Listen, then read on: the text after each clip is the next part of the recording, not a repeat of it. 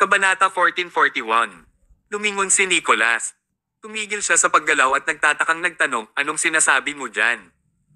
Ano ang ibig mong sabihin na hindi ka lang nabigo sa pagkuha ng authorization? Huminga ng malalim si Dominic at sinabing, Lolo, alam mo ba kung sino ang gumawa nitong beauty cream? Sino? Yung dati nating kakilala. Ang apo mo, walang iba kundi si Thomas. Ano? Nagulat si Nicholas. Isa bang multo si Thomas? Siya ay matatagpuan sa lahat ng dako at hindi nila siya matanggal sa kanilang buhay. Tumama siya sa pamilyang Martin para saksakin sila sa mukha. Ngayon, sinasalakay na naman niya ang pamilyang Gomez kasama ang pamilyang Diaz. Hindi ito isang magandang ugali na makuha. Naisip ni Nicholas ang kaninang nangyari. Dahil si Thomas ang producer ng naturang produkto, panigurado na hindi niya ibebenta ang authorization sa pamilya Gomez at baka ipahiya niya si Dominic ng husto. Hindi nakakapagtaka kung bakit galit na galit si Dominic. Bamantong hininga siya at sinabing, okay, walang nag-akala na mangyayari ito. Kasalanan natin ito dahil hindi natin ito nalaman ng maaga. Sumagot sa kanya si Dominic, Lolo, hindi lang si Thomas ang nag-produce ng beauty cream, kundi nag-produce din siya ng variant na tinatawag na water beauty, na mas maganda ang effects. Parang gusto niyang magkaroon ng pangmatagalang cooperation sa pamilyang Diaz. Si Thomas ay mayroon ng suporta ng pamilya Martin. Kung makukuha rin niya ang suporta ng pamilyang Diaz, masyado na siyang makapangyarihan. Lolo, kung hindi natin siya papatayin, hinding-hindi magkakaroon ng kapayapaan ang pamilyang Gomez. Makabuluhan ang sinabi niya. Talagang hindi inaasahan ni Nicholas na ganito ang kakayahan ni Thomas. Pinananatili niya ang isang matatag na relasyon sa pamilyang Martin at sa pamilyang Diaz. Parang gusto niyang gamitin ang kapangyarihan ng dalawa pang malalaking pamilya para sirain ang pamilyang Gomez. Kahit na hindi iyon ang aktwal na layunin ni Thomas, hindi maiiwasan ang kahihinatnan ng pangyayaring ito. Hinawakan ni Nicholas ang kanyang balbas, pinag-isipan ng mabuti ang susunod na hakbang.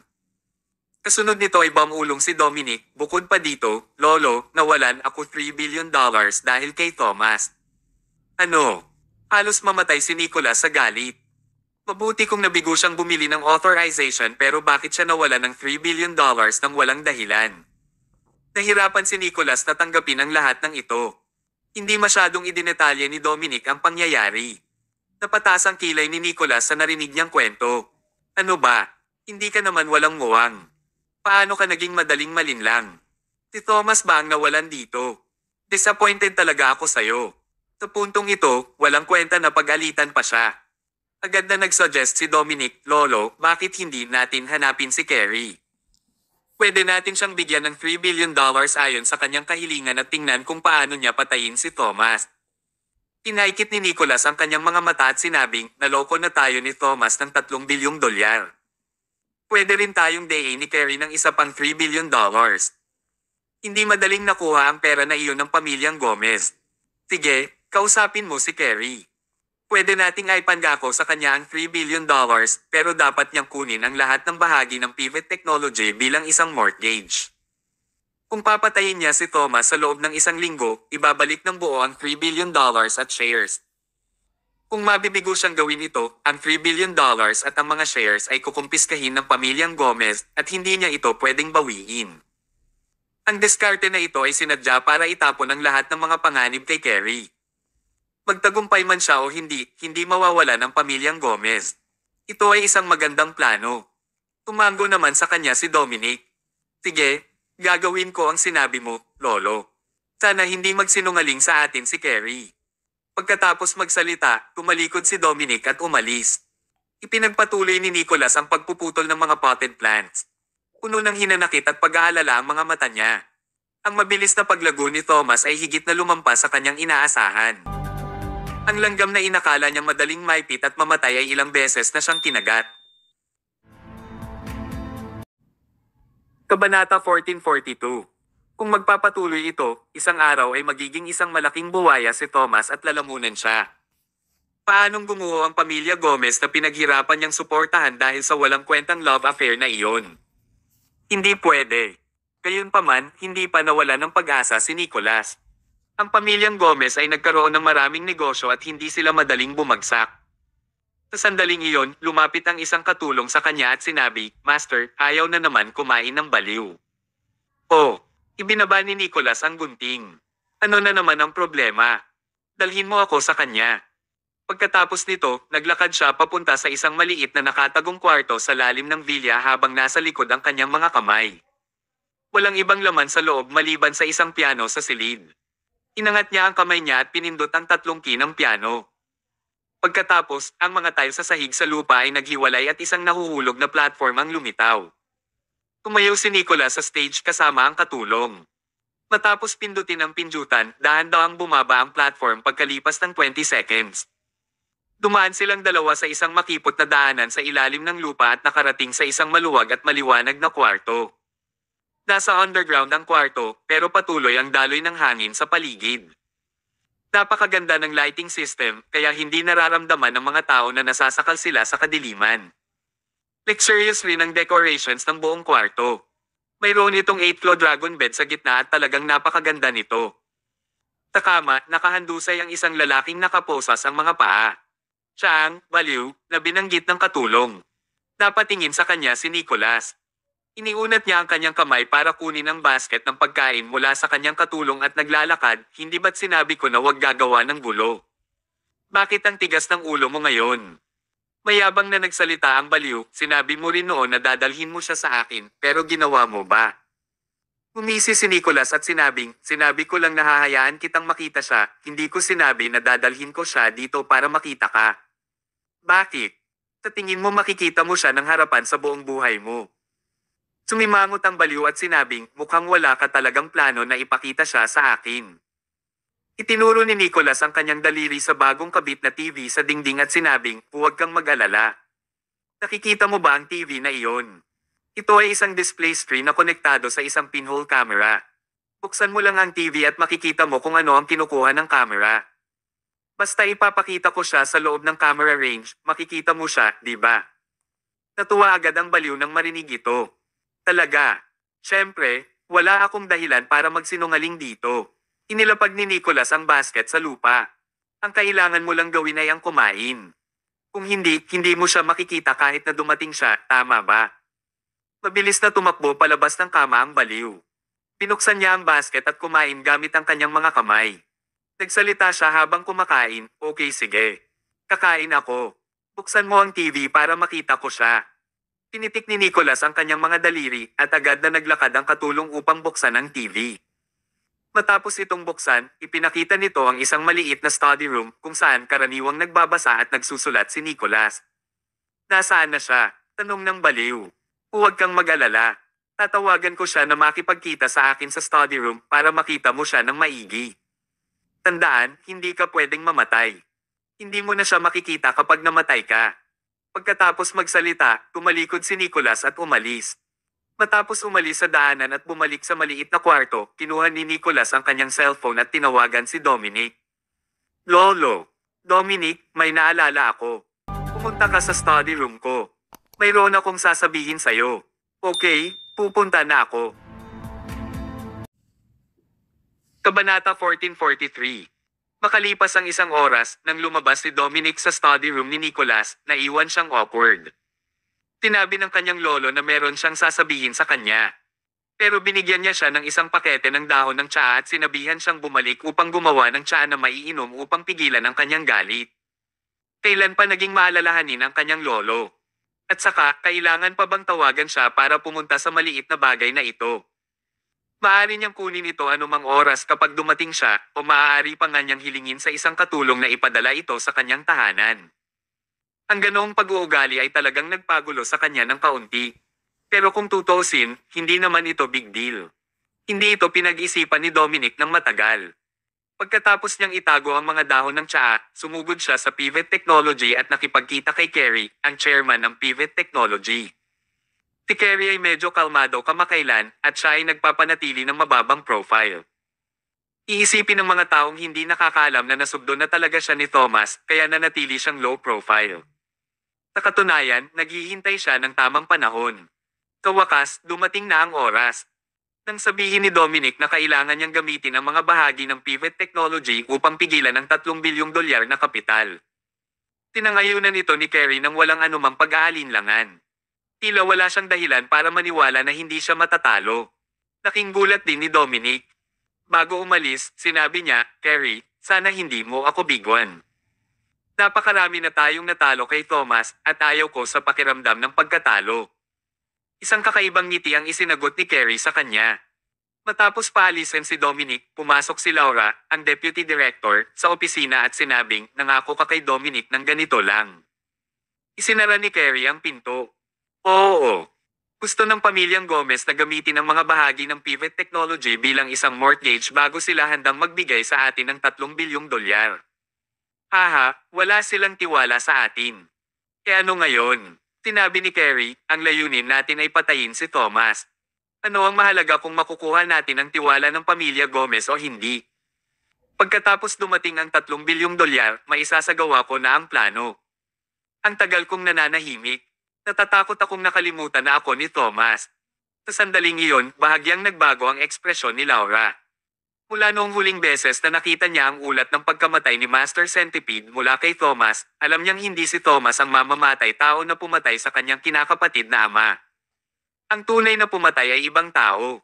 Nagsinungaling si Carrie. Pero hindi niya alam kung bakit gustong magsinungaling ni Carrie at hindi niya ito maituro sa mukha nito dahil magiging awkward. Ngayon, hinihiling niya sa kanya na sundin ang plano na patayin si Thomas na napakahirap para sa kanya na gawin. Laura. Carrie, anong problema? Mukhang hindi maganda ang iyong kutis. Nawalan ako ng tulog kani-kanina lang. Sabi ni Carrie na may pag-aalala, don't stay up too late. Masama ito sa iyong kalusugan. Kinawayan ni Laura ang kanyang kamay. Okay lang ako. By the way, tapos na ba lahat ng plano para harapin si Thomas? Oo. Bumalik ka muna at magpahinga. Kapag dumating ang mga pondo, sasabihin ko sa iyo ng eksakto kung ano ang gagawin. Sige. Kaya naman, lumabas ng opisina si Laura na pagod na pagod. Iniisip niya pa rin kung ang pakikitungo kay Thomas ang tamang gawin. Dahil alam niyang inosente siya, kailangan pa ba siyang patayin? Nasa dilema siya. Habang tinatanggap niya ang umaatres na likod ni Laura, naging malamig ang tingin ni Carrie. Parang may naramdaman siyang malabo, ngunit ayaw niyang humawak sa mga dayami. Laura, may nalalaman ka ba? Bakit? Nakikita ko sa mga mata mo na ayaw mong harapin si Thomas. Anong nangyari sa inyo ni Thomas? Kung mas nagdududa siya, lalo siyang nabalisa, lalo siyang hindi mapalagay, lalo siyang nagagalit. Tinuntok ni Carrie ang mesa at sinabi sa sarili, Thomas, lahat ng ito ay dahil sa iyo kaya nawalan ako ng kapatid at foster father. Ngayon, gusto mo pang agawin sa tabi ko si Laura. Imposible. Talagang hindi ako papayag na gawin mo ito. Maghintay ka. Sa loob ng 1 linggo, patay ka na. Kasabay nito, bitbit ni Thomas ang isang bag ng maliliit na dalandan at lumabas sa isang tindahan ng prutas. Curious na tanong ni Iris, gusto mo bang kumain ng maliliit na oranges na ito? Umiling si Thomas. Hindi ako ang mahilig kumain nito. Si Gemma yon. Noong nasa Southland District pa siya, madalas siyang bumili ng ganitong uri ng dalandan para kainin sa bahay. Simula nang pumunta siya sa Central City para tulungan ako, hindi ko na siya banibisita. Kaya, nagdadala ako ng ilang dalandan para bisitahin siya ngayon para makita kung ano ang kalagayan niya. Masayang sinabi ni Iris, she is a superstar now, and she has superb treatment at the filming site. Pumili ka lang ng 1 kilo ng dalandan para pasalamatan siya. Hindi ka ba medyo mo? Umalaklak si Thomas.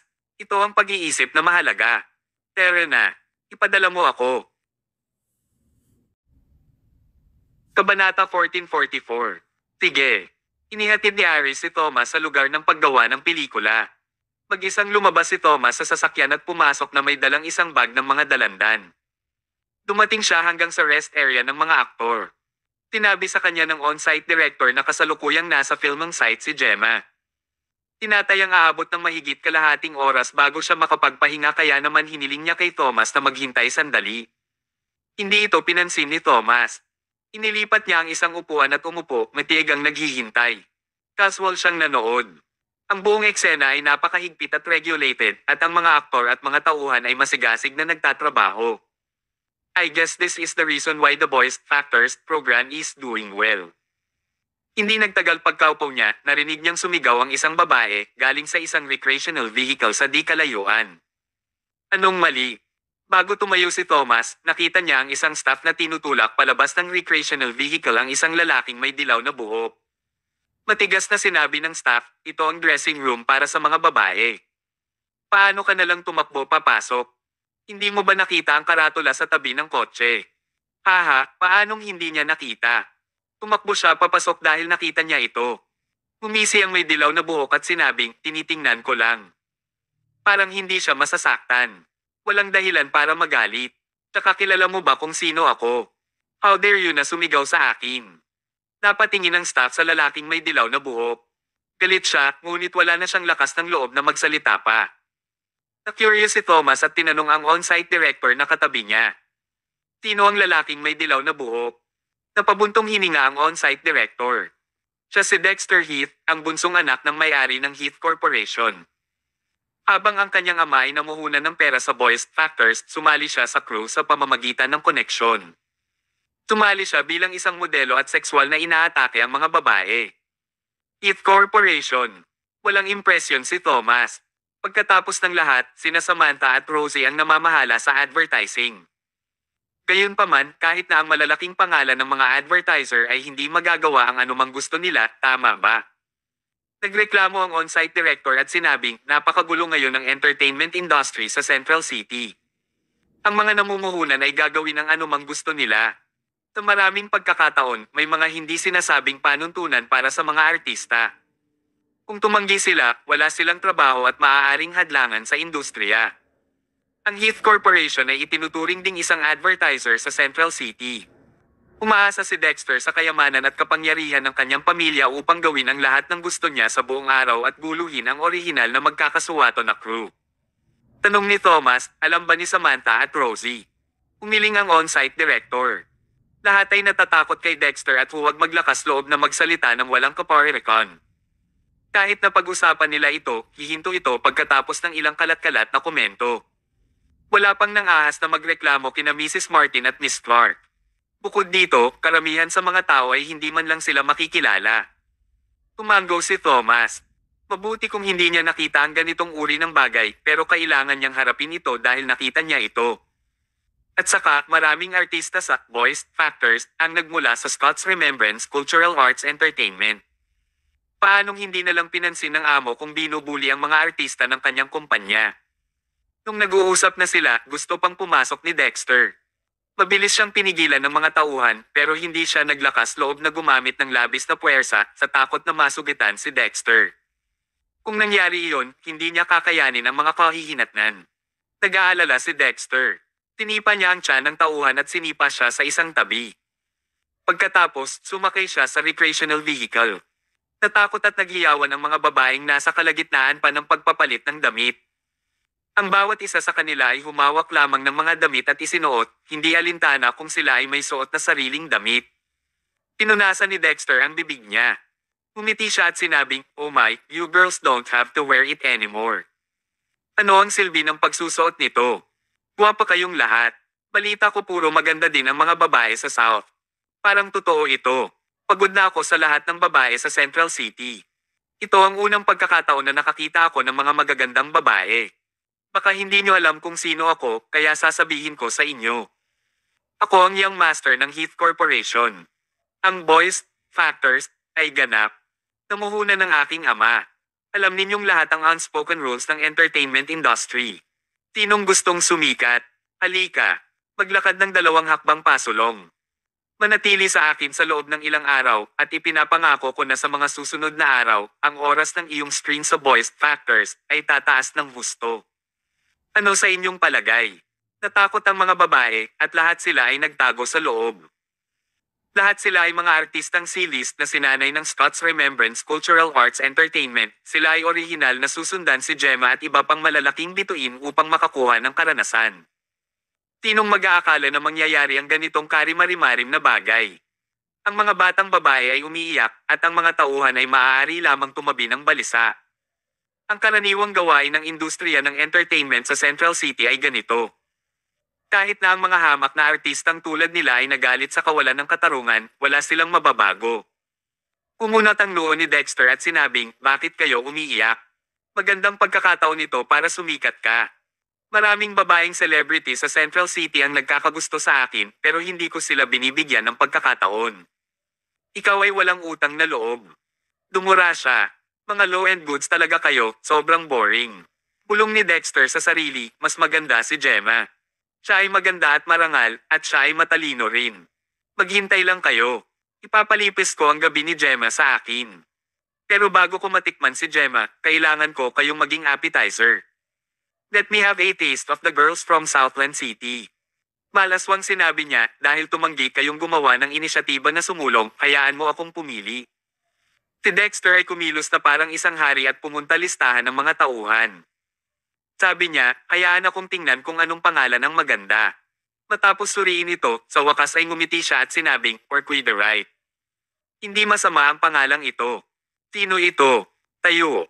Magpapalipas ka ng gabi sa akin ngayon. Isang matamis na babae sa recreational vehicle ang takot na takot kaya paulit-ulit niyang umiling. Tuloy-tuloy ang pagpatak ng kanyang mga luha, iyak ng iyak.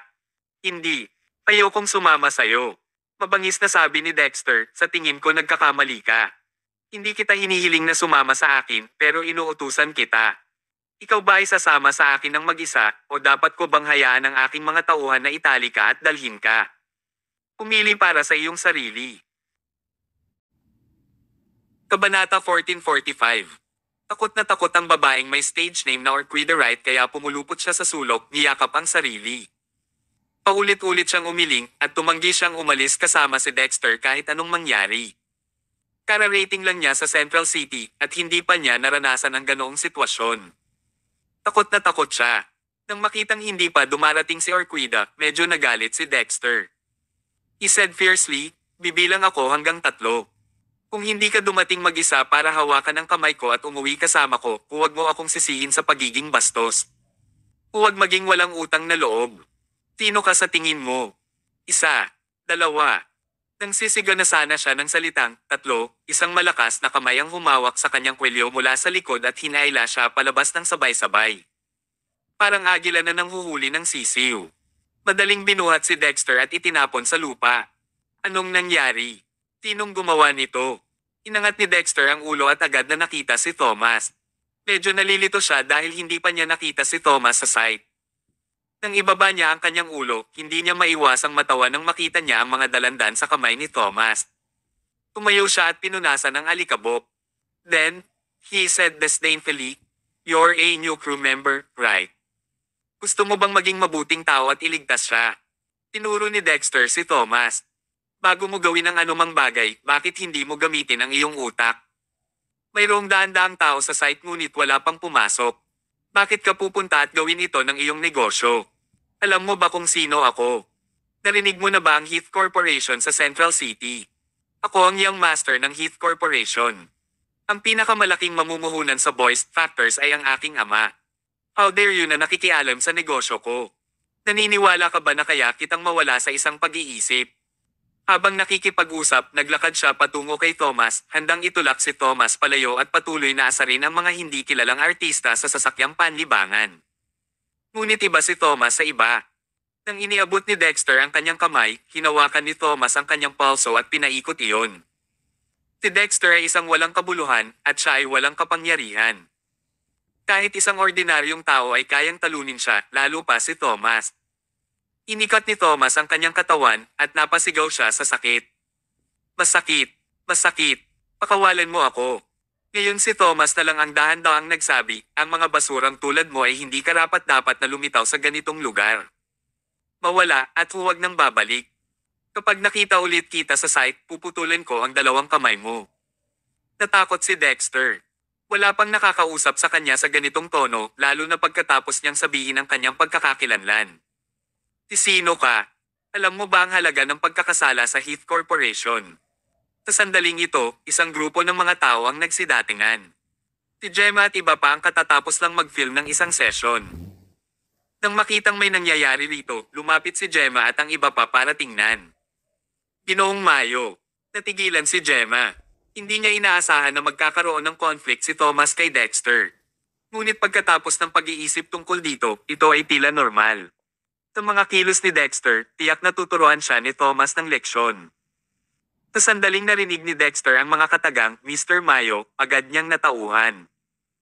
Tumingin siya pabalik kay Thomas at nagtanong, ikaw ba ang chairman ng Sterling Technology, Thomas Mayo? Sumagot si Jem na para sa kanya, eksakto. Bahagyang kumunat ang noo ni Dexter. Pagkatapos, ngumuso siya at nakangiting sinabi, akala ko ba bigwig ka, pero isa ka palang walang kwentang tao na umaasa sa tatay ko. Ano ang sinabi niya? Ano ang ibig niyang sabihin tungkol kay Thomas na umaasa sa ama na ito para mabuhay? Kabanata 1446. Sabi ni Dexter, huwag mong isipin na hindi ko alam na malapit ng malugi ang Sterling Technology. Naghihintay na lang kayo para sa voice factors na mabente ng maayos at kumita. Ang tatay ko ang pinakamalaking investor sa variety show na ito. Ang pera ng tatay ko ang sumusuporta sa inyo. Kaya, umaasa ka sa tatay ko para mabuhay, Thomas. Grabeng paraan ng pag-iisip.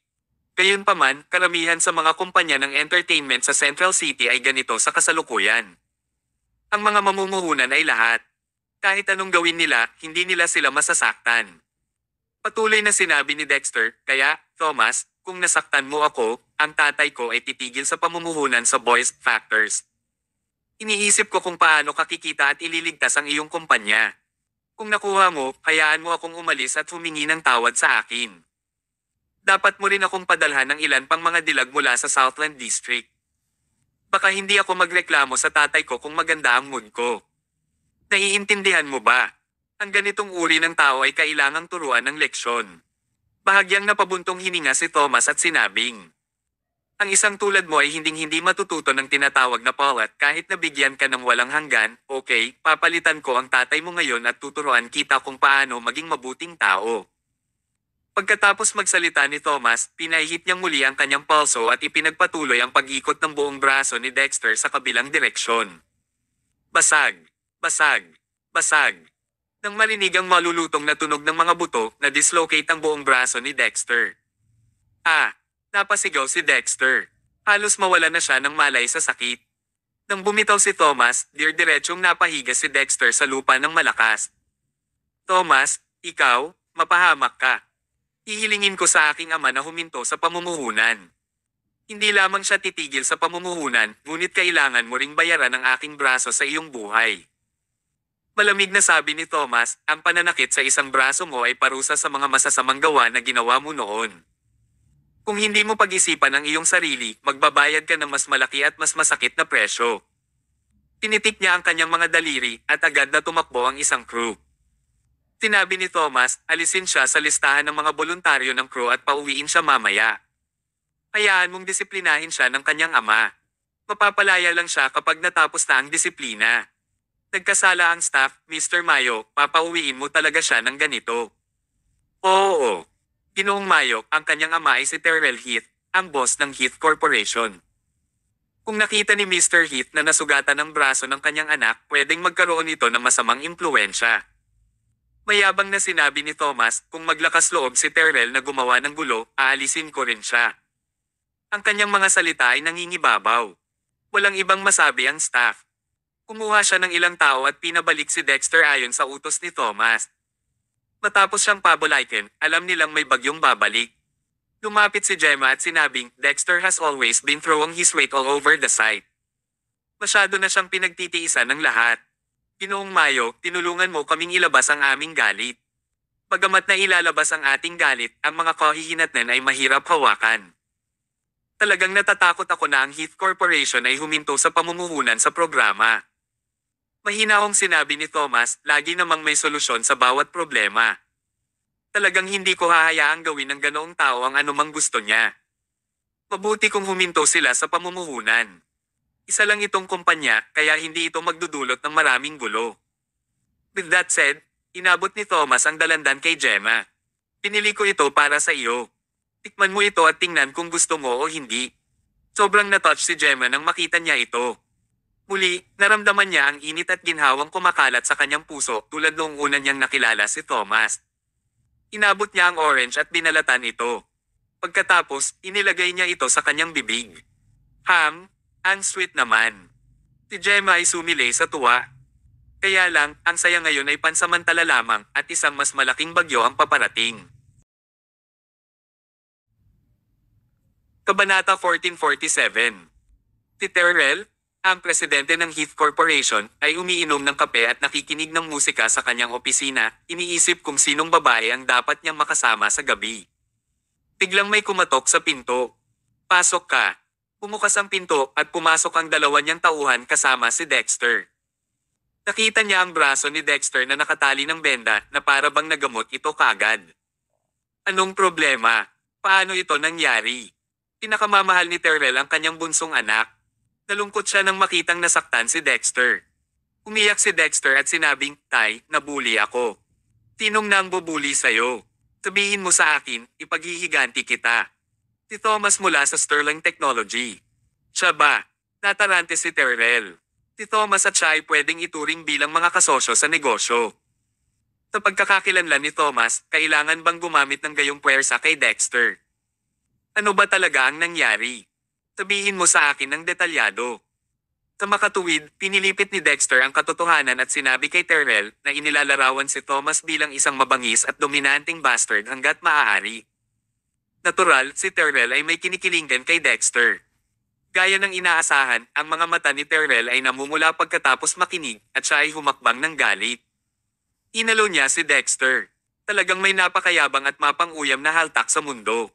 Sa tingin ba niya ang Heath Corporation ay isang pushover? Anak, huwag kang mag-alala. Hindi ko siya mapapatawad. Ang Sterling Technology ay lumalaban sa pamilya Gomez at nangangailangan sila ng pera. Haha, ngayon, titigil na ako sa pag-i-invest sa Boys Factors. Iniisip ko kung paano niya ito kakayanin. Pagkatapos magsalita, tumawag agad siya para ipaalam sa finance manager na itigil na ang pag-invest sa Boys Factors. Hindi lang iyon, isa-isa rin niyang tinawagan ng iba pang investors na humihiling na huminto na rin sila sa pamumuhunan. Kawala pang isang oras, 12 ng mga advertiser na namuhunan sa Voice Factors, ang lahat ay tumigil sa pamumuhunan sa programa. Medyo matindi ang impact nito. Kasabay nito, natutuwa pa rin si Samantha sa kamakailang pambubugbog sa pamilya Gomez sa villa ng pamilya Martin.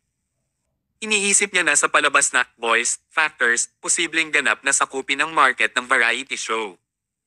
Bago siya naging masaya ng matagal, sunod-sunod na tawag ang natanggap niya. Lahat sila ay mula sa mga mamumuhunan ng walang pagbubukod. Tumawag silang lahat para sabihin sa kanya na hinuhugot nila ang puhunan.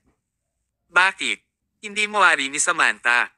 Ang cast ng Voice Factors ay hindi pa nagagawang malakas. Maraming mamumuhunan ang nagmamadaling mamuhunan noon. Paanong lahat sila ngayon ay bumunot? Anong kalokohan ang ginagawa nila? Nang tanungin ni Samantha ang dahilan, sinabi sa kanya ng mga namumuhunan na tanungin si Thomas. Thomas, ano ang ginawa niya na ikinagalit ng mga namumuhunan? Matapos tanungin ang lokasyon ni Thomas, nagmamadaling pumunta si Samantha sa lugar ng paggawa ng pelikula at nakita niya si Thomas. Nang magkita sila, nag-aalalang tanong niya, "Mr. Mayo, ano ang ginawa mo para magalit ang mga namumuhunan?" Ngayon, lahat sila gustong mag-pull out. Lahat. Medyo natarante si Thomas. Tinaktan lang niya ang Heath Corporation. Paano ito makakaapekto sa lahat ng mamumuhunan? Kaya, maikling ikinwento ni Thomas ang nangyari noon. Matapos makinig, hindi man lang naiyak si Samantha kahit gusto niya. Bumantong hininga siya at sinabing, "Mr. Mayo, sa katunayan, hindi ko rin kayo maaring magkamali sa paggawa nito." Ang mga aksyon ni Dexter ay talagang sobra-sobra at palagi kong naririnig ang tungkol dito. Pero alam mo ba kung bakit hindi ako naglakas loob na parusahan siya? Ito ay dahil natatakot ako na ang lahat ng mga namumuhunan ay tumakas. Katulad ngayon, you acted in good faith. Ngunit ang pagkakasala sa Heath Corporation ay katumbas ng pagkakasala sa karamihan ng mga namumuhunan.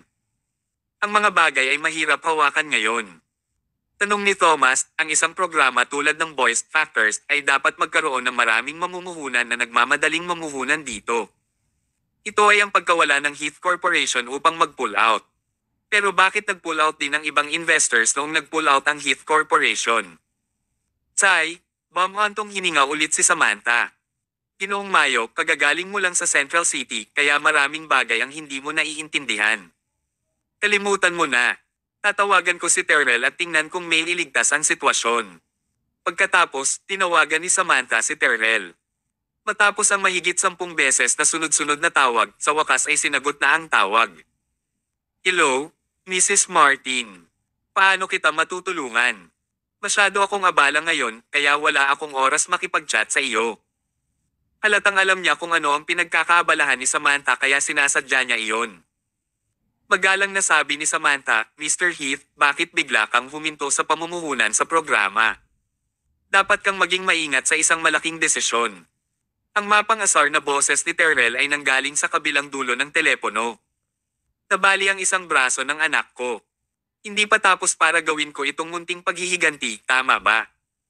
Pinigilan ni Samantha ang kanyang galit at nagpatuloy sa pagsasabing, kami rin ang may kasalanan sa bagay na ito. Paano kung bisitahin ko si Young Master Dexter ngayon at humingi ng tawad sa kanya? Makakahanap din kami ng pinakamahusay na doktor sa Central City upang gamutin ang kanyang braso. Mr. Heath, ano sa tingin mo? Tumawa si Terrell. Kukunin ko ang doktor ng mag-isa, kaya hindi mo kailangang mag-alala tungkol dito. At saka, hindi mo ito kasalanan, kaya bakit ka hihingi ng tawad? Kung may isang tao na kailangang humingi ng tawad, dapat ay si Thomas yon. Kabanata 1448. Nang makitang pwedeng may solusyon, mabilis na sinabi ni Samantha, kung gayon, paano mo gustong humingi ng tawad si Thomas? Paano humingi ng tawad? 3 beses ngumingiti si Terrell at sinabing, gusto kong gumapang si Thomas at lumuhad sa anak ko para aminin ang pagkakamali niya. Ito. Namutla ang mukha ni Samantha. Ito ay malinaw na hindi isang saloobin upang pag-usapan ang mga bagay ng maayos. Ito ay tulad ng inaasahan niya. Hindi na nagsalita pa si Terrell at ibinaba na ang telepono. Tulala na napatingin si Samantha sa phone. Imposibleng hilingin kay Thomas na gawin ang sinabi ni Terrell. Ang problema ay kung hindi niya gagawin ang kanyang sinabi, walang puhunan sa voice factors. Saan sila dapat kumita ng pera? Sumasakit ang ulo ni Samantha. Si Gemma sa gilid ay nagsalita na may malamig na mukha, like father, like son. Sa isang ama na tulad ni Terrell, hindi katakataka na magkakaroon ng anak na katulad ni Dexter. Ang buong pamilya ay medyo hindi makatwiran. Walang magawang sabi ni Samantha, yeah, they are pretty unreasonable, but they have the confidence to do so.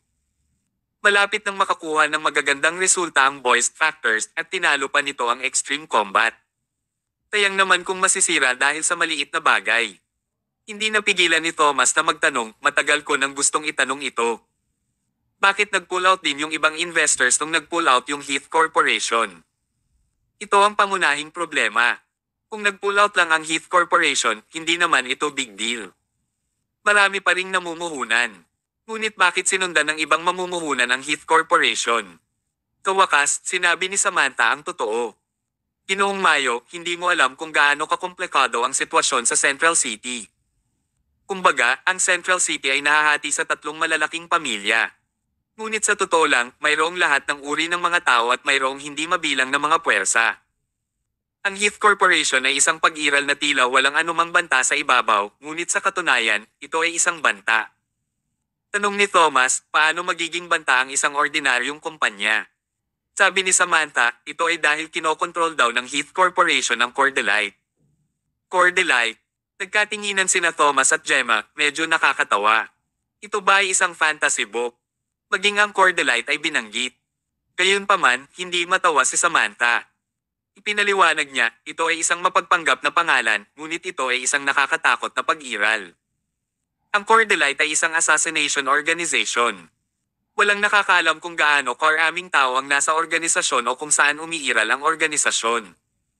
Ang tanging bagay na alam ay ang organisasyon ay hindi kailanman nabigo. Minsan sinaktan ng boss ng isang kumpanya si Terrell. Nang gabing iyon, hiniwa ang kanyang dila at iniwan siyang duguan hanggang sa mamatay. Ang mga salitang, corpse delight, ay naiwan sa eksena. Mula noon, naging kilala na ang Cordelite sa Central City. Sa mga taon mula noon, ang Cordelite ay palaging lumilitaw ng wala saan upang gumawa ng iba't ibang mga pagpatay, at ang mga pinaslang ay pawang mga bigwig. Lahat sila ay may isang bagay na karaniwan. Lahat sila ay kaaway ni Terrell.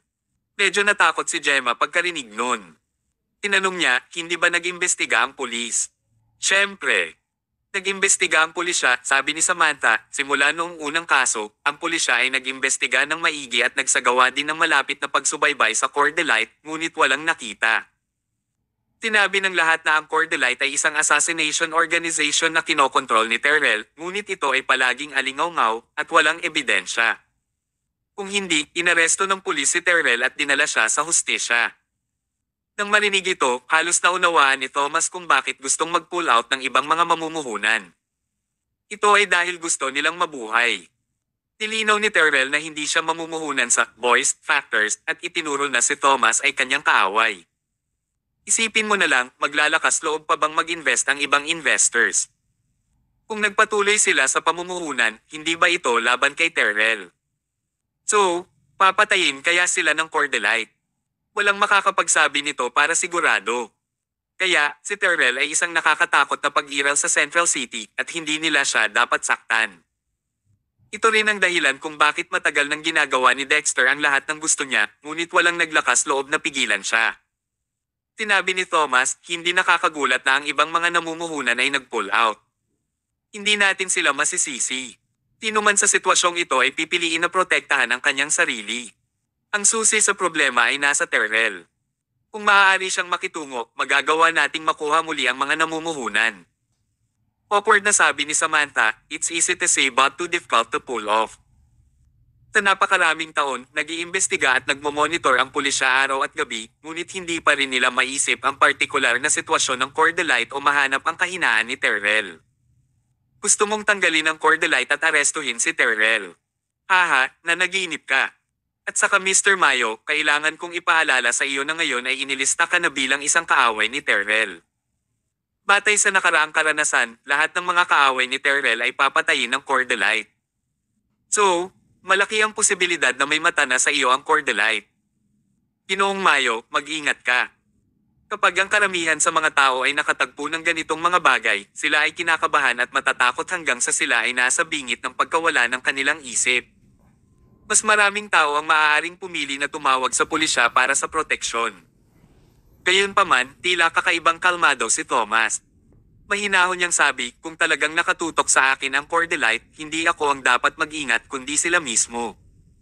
Dahil pagdating sa assassination, I have the world's #1 assassin. Kabanata 1449.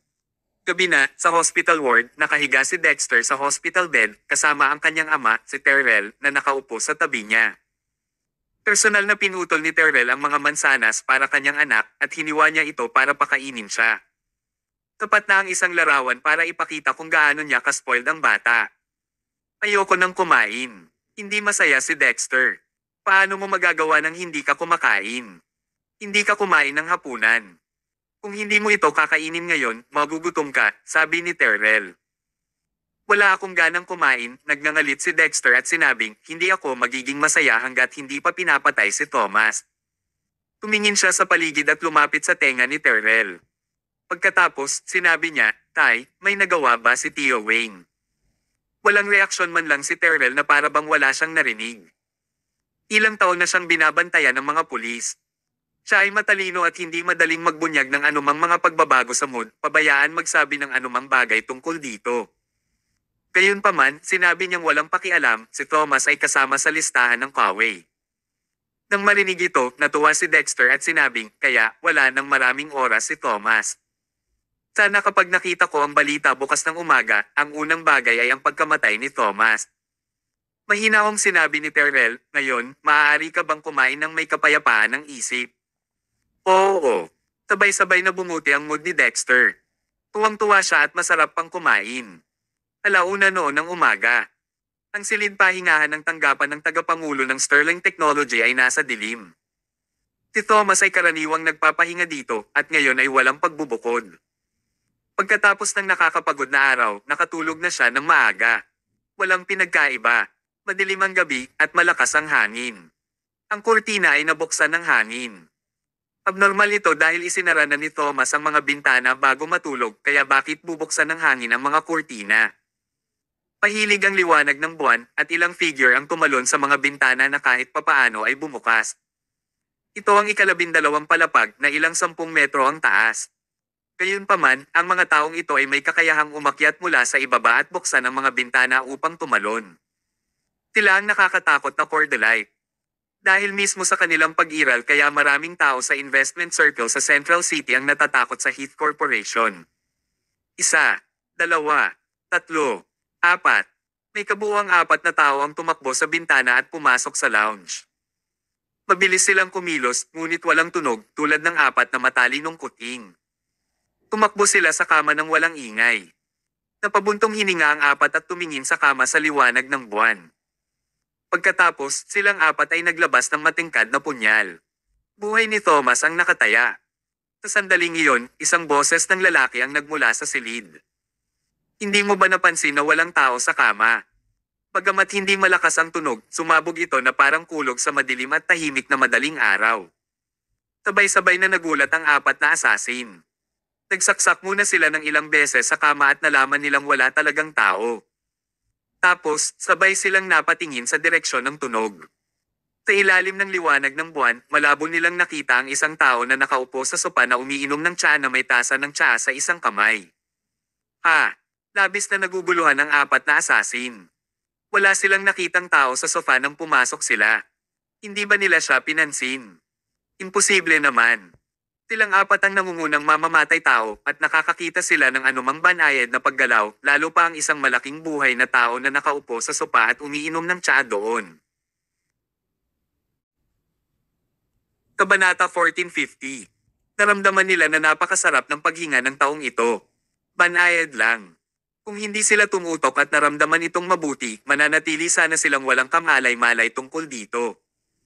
Kahit na umiinom siya ng tsaa, bawat galaw niya ay lubhang tahimik, na gumagawa ng hindi kahit kaunti ng mga tunog. Para akong nanunood ng pantomime.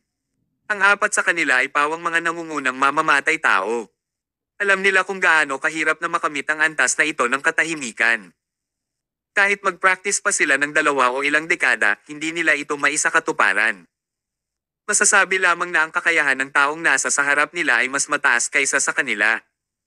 Sabi ng isang asasin, mukhang may kakayahan ka. Inutusan ka ni Thomas na makipag-ayos sa amin. Huwag mong sayangin ang oras ko. Ang mga miyembro ng Cordelite ay hindi kailanman mabibigo. Ako ay isa ring taong nagpapahalaga sa mga talento. Hindi ko kaya napatayin kita, kaya umalis ka na. Papatayin lang namin si Thomas. Medyo mabait sila. Ang problema ay may kakayahan ba sila gaya niya? Tahimik na inilapag ng lalaking nasa sopa ang kanyang tasa. At itinaas ang 5 daliri at sinabing, ngayong gabi, wala sa 5, pwede na kayong umalis. Nang marinig ito, nagulat ang mga asasin. Paano mo nalaman na mayroon pa kaming ika-5 tao? Ang ika-5 tao ay hindi kumilos sa kanila at palaging namamahala sa pagtugon mula sa bintana nang mula pagpasok sa opisina at walang ingay. Paano ito mahahanap? Sino ka? Anong pinagkakakitaan mo? Narinig nilang sabi ng nakaupo sa sopa na medyo namamaos na boses, Scorpio ang pangalan ko. Kaparehas ko kayo, isa akong asasin. Scorpio.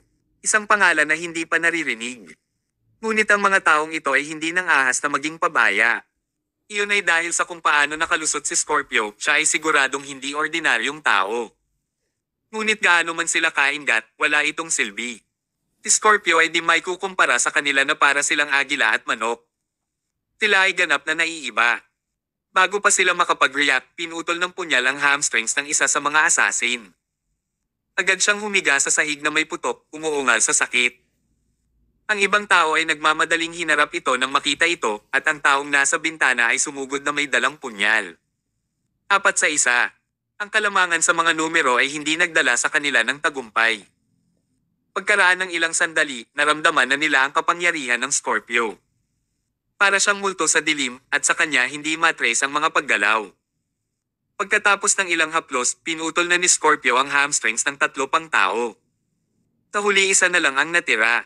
Bumalik siya sa bintana at napabuntong hininga.